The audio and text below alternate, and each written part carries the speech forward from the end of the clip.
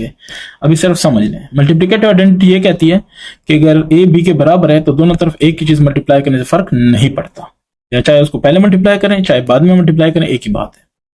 Cancellation property वो ये कहती है कि अगर ए के साथ भी फॉर एग्जांपल 3 जमा है, बी के साथ भी 3 जमा है, तो वो 3 दोनों साइड में कट कर सकते हो, कोई इशू नहीं, डायरेक्ट ऐसे लिख सकते हो, ठीक है। यानी एक जगह पे ऐसा है a जमा 3, इधर है b जमा 3, तो 3 3 खत्म हो गया ना, a is equal to b। या अगर इसको प्रॉपर करना चाहें तो ऐसा है कि a को अपनी जगह छोड़ दें, b प्लस 3 वो प्लस 3 इस तरफ ले आए, -3 हो जाएगा, तो b ये खत्म हो जाएगा, a is equal to b। बात एक ही है, ठीक है। विद रिस्पेक्ट टू मल्टीप्लिकेशन भी सेम ही है, AC BC एक ही बात है, या CC कैंसिल हो गया, या दोनों तरफ C डिवाइड करने से आपके पास जस्ट A भी रह जाएगा, क्लियर है। लेकिन ये याद रखें कि जो C है ना, ये शुडंट बी 0, अगर 0 हुआ तो फिर तो कैसे ही खत्म हो गया, सब कुछ 0 हो गया। अच्छा, अब एक और प्रॉपर्टी है, ये वैसे आपको बता रहा हूं, नहीं तो काम हो गया है, लेकिन चलें, एक और प्रॉपर्टी है जिस पे बात करते हैं, इसका है इनइक्वालिटी, ठीक है, यानी इसमें ये सिंबल्स होंगे।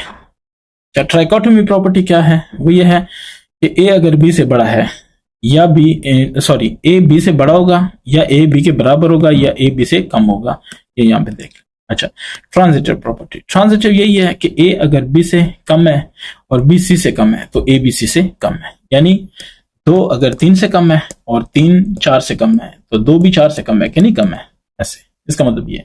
बाकी आप देख लें एडिटिव प्रॉपर्टी, एडिटिव ये है कि a अगर for example 2 is less then 4 तो दोनों तरफ एक ही चीज जमा करने से फिर भी वही चीज रहनी है।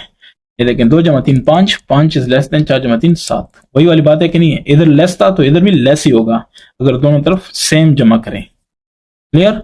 अगर माइनस करें सेम तो भी वही वाला हिसाब बनता है, ठीक है, लेकिन सेम वो देखेंगे, माइनस वाला देखेंगे। अब ये क्लियर हो गया। अच्छा हाँ, और ये भी देख लें। अच्छा, दूसरा मल्टीप्लिकेटिव में एक चीज का बड़ा ख्याल रखना है, वो ये है कि जैसे देखें 2 इज लेस देन 3 है। अब क्वेश्चन ये है कि आप जिससे फॉर एग्जांपल c से मल्टीप्लाई कर रहे हैं, c इज ग्रेटर देन 0 है या c इज लेस देन 0 है, ठीक है।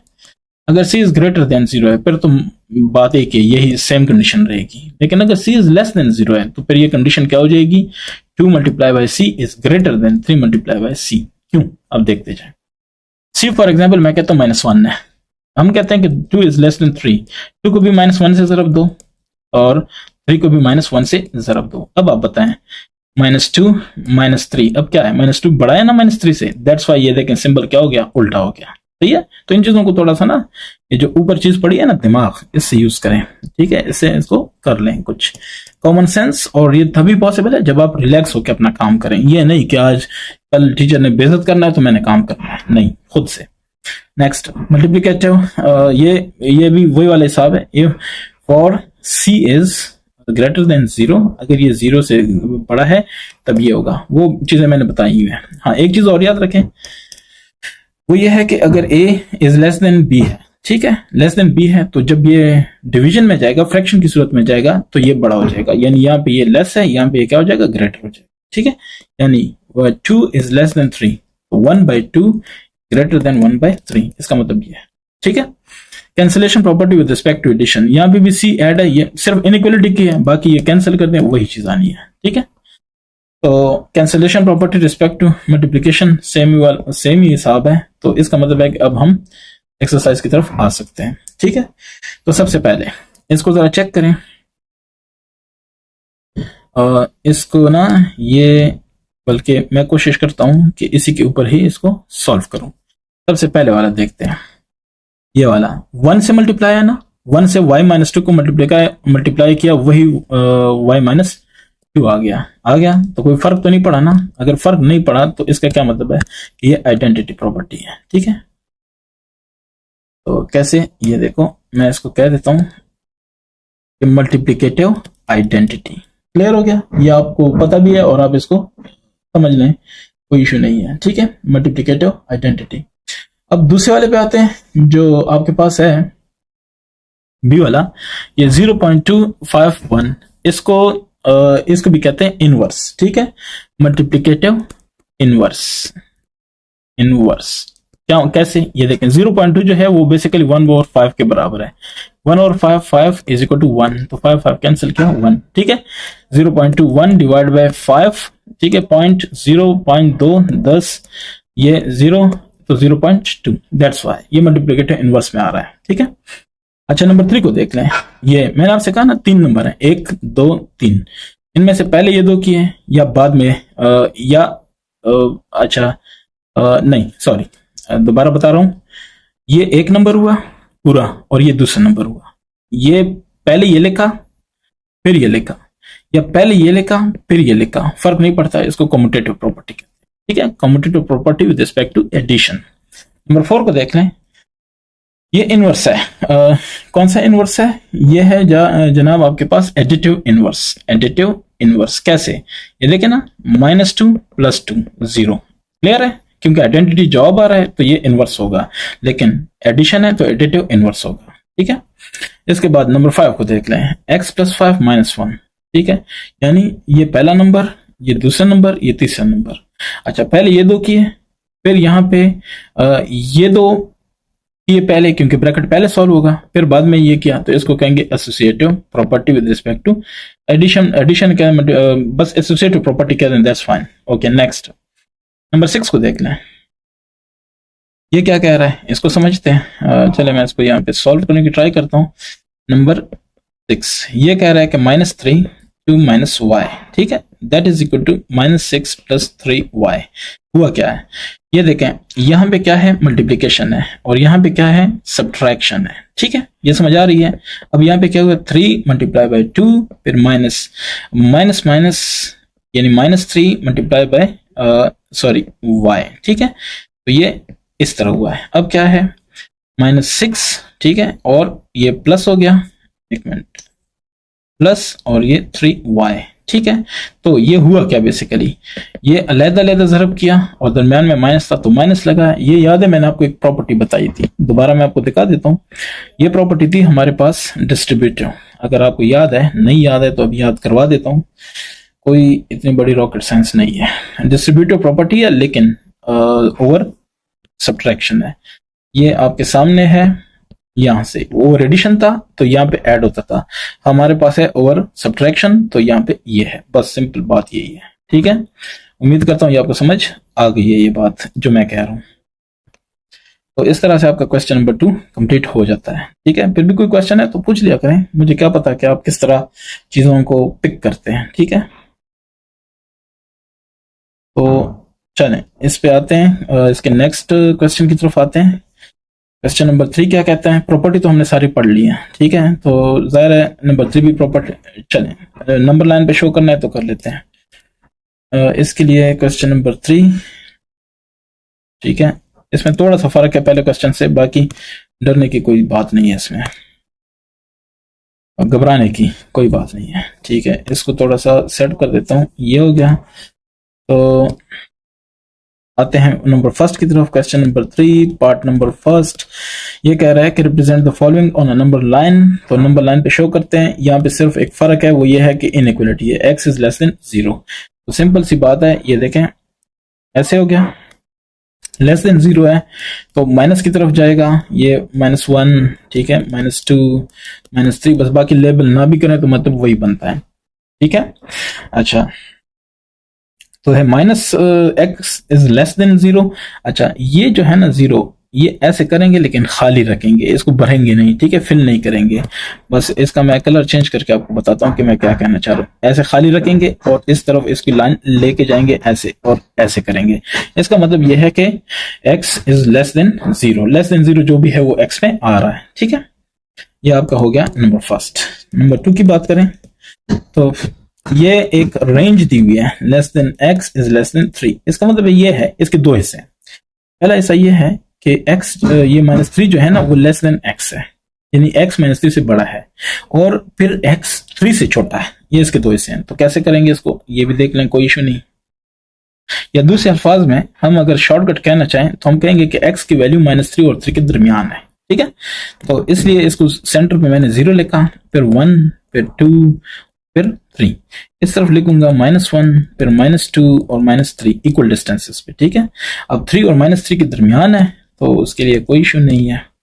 ये लेकिन 3 दरमियान है तो ये खाली दायरा होगा, ठीक है, खाली सर्कल होगा, और ये और ऐसे इनकी लाइन लगाएंगे आपस में। ठीक है, ये आपका जवाब हो गया। इसी लाइन के ऊपर लाइन है, ठीक है, ये नहीं है कि वो लाइन आप कहीं और लगा देंगे। आते हैं इसके नेक्स्ट वाले की तरफ। नेक्स्ट क्या कहता है? नेक्स्ट नंबर 3 है। सो नंबर 3 कह रहा है कि x इज ग्रेटर देन और इक्वल टू -8, ठीक है, ग्रेटर देन और इक्वल टू, इस अलामत का मतलब ये है ग्रेटर देन, इसका मतलब है इक्वल टू, ठीक है। अच्छा, अब क्या जवाब देखते जाएं। वैसे भी ये याद रखें कि ये जो इस साइड पे जो भी कुछ होगा ना वो स्मॉल होगा, हम देखें ना ऐसे करके छोटा हो गया, ठीक है, और इस साइड पे जो भी होगा वो क्या होगा, लार्ज होगा या बिगर होगा, ठीक है। खैर बहरहाल अब देखें, ये कह रहा है कि ये वैल्यूज हैं, तो चलें मैं कर देता हूं ये, ठीक है। अच्छा, -8, तो ये देखें 0, -1, -2, -3, -4, -5, ठीक है, और चलें इसको लेके चलना होगा फिर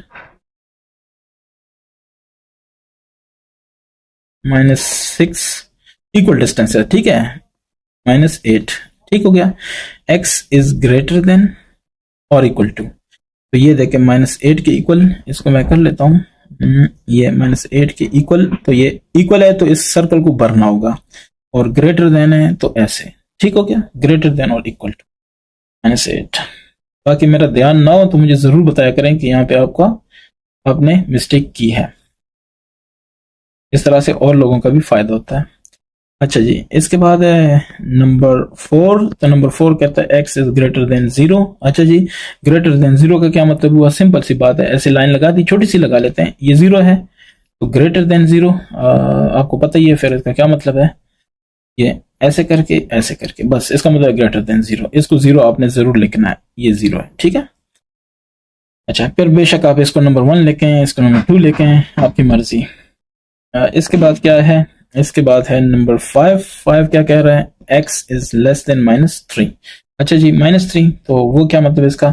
-3 से छोटा, ठीक है, ये ठीक है, -3 से x इज लेस देन -3, सो यहाँ पे मैं -3 लिख लेता हूँ, फिर ये -4 लिख लेता हूँ, ये -5 लिख लेता हूँ, वगैरह वगैरह, ठीक है, तो वो सारे उसमें आ जाते हैं।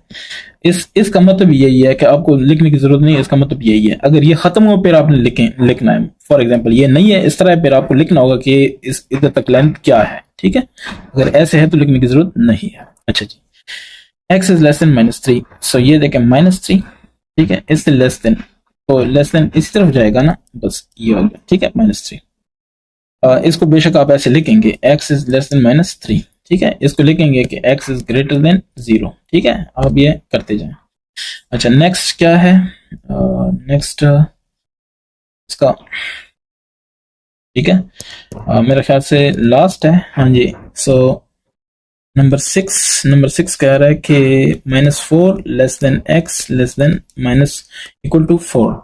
सो इसको अगर सॉल्व करते हैं, ये क्या होगा, ऐसे करके, ठीक है, और -4 +4, अच्छा ये +4 इक्वल टू है लेकिन माइनस का इक्वल नहीं है, ठीक है, तो खैर वो कर लेंगे।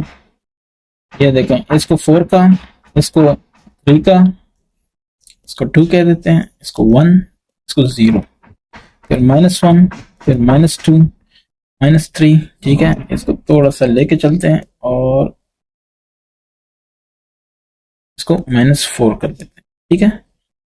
अच्छा जी, फिर क्या है यहाँ पे, इसको फिल भी करना है, तो ठीक है, -4, ये देखें -4 इज लेस देन x, तो इसका मतलब है कि x जो है -4 से बड़ा है, इस तरफ जाएगा, ठीक है, और फिर x इज लेस देन 4, सो 4 से इस तरफ आएगा, ठीक है। अब वो इक्वल टू साइन भी है, इसलिए इसको भरना होगा, इसका मतलब ये है, तो आप इधर क्या लिखेंगे, -4 less than x less then और इक्वल टू 4। किसी का क्वेश्चन है तो जरूर, और अगर आपको लगता है कि मैं कहीं पे मिस्टेक कर रहा हूं तो वो तो मस्ट मुझे बताना है। अच्छा जी, इसके बाद क्या आता है हमारे पास? नेक्स्ट क्वेश्चन है, तो चलें इसको भी कर लेते हैं, ठीक है। तो ये है जनाब हमारे पास, ठीक है, ये हमारे पास क्वेश्चन है, और इसको जरा सा बड़ा करते हैं और इधर ही मैं जवाब देता हूं, क्योंकि प्रॉपर्टीज हैं तो जवाब इसके ऊपर ही आ जाए तो बेहतर है। ठीक है, ये बड़ा करके हो गया। अच्छा जी, अब इस पे बात करते हैं, identify the properties of equality and inequality. ठीक है, प्रॉपर्टी ऑफ इक्वलिटी और इनइक्वलिटी आपने क्या करनी है, आइडेंटिफाई करनी है। और क्या करना है फिर, of real numbers that justifies the statement, जो इस स्टेटमेंट को जस्टिफाई करे, जो बताए कि ये स्टेटमेंट ठीक है या ये स्टेटमेंट इसका मतलब ये है। ठीक है, तो नंबर 1 आपने प्रॉपर्टीज पढ़ी है, इसको आप पढ़े कहेंगे कि ये क्या है, रिफ्लेक्सिव। रिफ्लेक्सिव, रिफ्लेक्सिव, ठीक है, एक दूसरे को रिफ्लेक्स कर रहा है। ठीक है, अच्छा जी, reflexive a is equal to 0, ये पेज नंबर 11 पे आपको a is equal to a page number 11 पे दिखाई देगा। ठीक है, दूसरा कहता है कि ये देखें, x के x प्लस 2 ये y के बराबर है, और ये भी y के बराबर है। ठीक है, तो ये आपस में भी बराबर हुए कि नहीं हुए, अब समझ आ गई ना इस चीज की। ठीक है, तो इसको हम कहेंगे ट्रांजिटिव। ठीक है, transitive property of equality, because इधर इक्वल आ रहा है। ठीक है, अच्छा नंबर 3 को देख लें, ये कह रहा है कि 2x प्लस 3 ये y के बराबर है।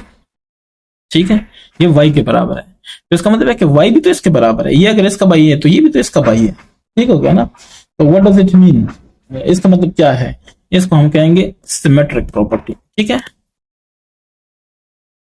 अगर आपको वैसे ही कोई थोड़ी सी ना टेंशन है कि पता नहीं मैं किधर किधर से बातें कर रहा हूं, तो उसके लिए जनाब आपको ये देखो मैंने सारी समझाई हैं, ये देखें, रिफ्लेक्सिव, ये है सिमेट्रिक, ये ट्रांजिटिव, ये एडिटिव, इसको देख लें आपको समझ आ जाएगी। ठीक है, ये भी हो गया। इसके बाद नेक्स्ट कौन सा, नेक्स्ट है जनाब, if 3 is less then 4, okay. ठीक है, देन अब देखें ना, 3 लेस देन 4 है, लेकिन ये -1 से जरूर दिया गया है 3 को, तो ये -3 बनता है कि नहीं। अब -1 का क्या मतलब है कि c से जरूर दिया गया है, c इज लेस देन 0 है कि नहीं। तो मैंने आपसे कहा था ना कि अगर ये लेस है तो ये क्या हो जाएगा, ग्रेटर हो जाएगा, यही कहा था मैंने। तो उस हिसाब से अगर आप देख लें आपके पास कौन सी प्रॉपर्टी बन रही है, इसको जरा गौर करें। ठीक है, ये है मल्टीप्लिकेटिव प्रॉपर्टी। ठीक है, मल्टीप्लिकेटिव। ठीक है, बाकी आपको स्पेलिंग तो आती है ना लिखने की वो। ठीक है, अब इधर देख लें, ये number 5, if 2y plus 2 w that is equal to p, ये देखें, ये भी p के बराबर है, ये भी p के बराबर, आपने ये देखना है। ठीक है, इसका मतलब है कि ये और ये भी तो बराबर है ना, क्लियर है। तो इसका क्या मतलब हुआ, ये कौन सी प्रॉपर्टी है, ये वाली हमने की है, ट्रांजिटिव। ठीक है, तो ये आपके पास हुई ट्रांजिटिव प्रॉपर्टी, स्पेलिंग अब इसकी देख सकते हैं। नंबर 6 को देखते हैं, if x plus 4 y plus 4। ठीक है, ये देखें, x प्लस 4 y प्लस 4, तो 4 कैंसिल हो सकता है ना, तो x और y वही रिलेशन में रहेंगे कि नहीं रहेंगे, आ गया। तो इसको हमने क्या कहा था, इसको हम कहते हैं cancellation property with respect to addition, क्योंकि इधर एडिशन है तो cancellation property with respect to addition. So cancellation property with respect to addition. ठीक है, अच्छा जी, 7 ये क्या कह रहा है, 2 5 से छोटा है। ठीक है, ये देखें, 2 5 से छोटा है और 5 9 से छोटा है, तो इसका मतलब है कि 2 भी 9 से छोटा है। याद है ना, ये बात हम कर चुके हैं। तो इसके बारे में क्या ख्याल है कि ये क्या होगा, ये इसको जरा पढ़ते हैं कि ये क्या होगा, तो देखना जरूरी है। ठीक है, तो ये ट्रांजिटिव प्रॉपर्टी है। ठीक है, ट्रांजिटिव वैसे मैं आपको दिखा भी देता हूं, आपके हिसाब से भी होना चाहिए, लेकिन ऑफ इनइक्वालिटी। ठीक है, ट्रांजिटिव प्रॉपर्टी ऑफ इनइक्वालिटी, ज़ाहिर है इनइक्वालिटी है तो आपने ये देखें, ए बी से छोटा है, बी सी से छोटा है, तो ए बी सी से छोटा हुआ, या बड़े की बात करते हैं तो ए बी से बड़ा है, बी सी से बड़ा है, तो सी बी ए सी से भी तो बड़ा हुआ, दैट्स वाई इसको कहेंगे ये छोटे, ये यानी लेस देन वाला है तो लेस देन वाला स्टेटमेंट है। ठीक है, तो उसके हिसाब से ट्रांजिटिव प्रॉपर्टी ऑफ इनइक्वालिटी। ठीक है, ये आ गया आपके पास। लास्ट है, लास्ट जो क्वेश्चन है इसको भी देखते हैं कि यह क्या कह रहा है, इफ -18 इज लेस देन -16। ठीक है, ये देखें, माइनस क्या है, -18 है। ठीक है, इसको -16 मैं इधर लिख लेता हूं, VII, ये -18 इज लेस देन -16, बिल्कुल। So then 9 is greater than 8। ठीक है, इसका क्या मतलब हुआ, इसका मतलब ये हुआ कि दोनों तरफ हमने ये देखें -2 डिवाइड किया।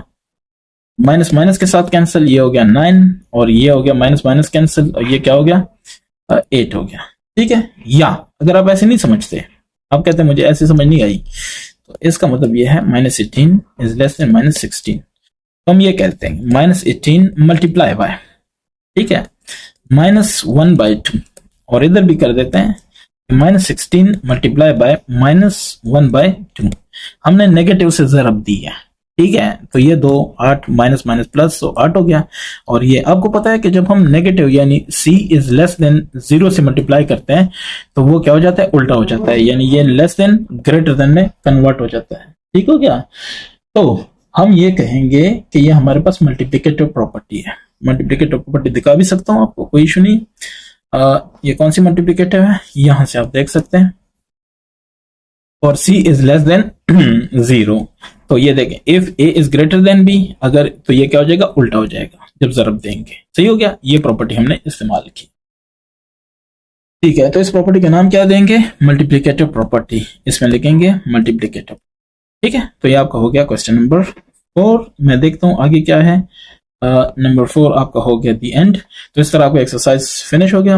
अगर किसी को समझ है कि मैंने अच्छा किया है तो मुझे जरूर बताएं, अगर कहीं लगा कि कोई मिस्टेक है, कोई प्रॉब्लम है, वो भी मुझे जरूर बताएं। ठीक है, नेक्स्ट मैं इसके बाद 1.2 करूँ। ठीक है, थैंक यू।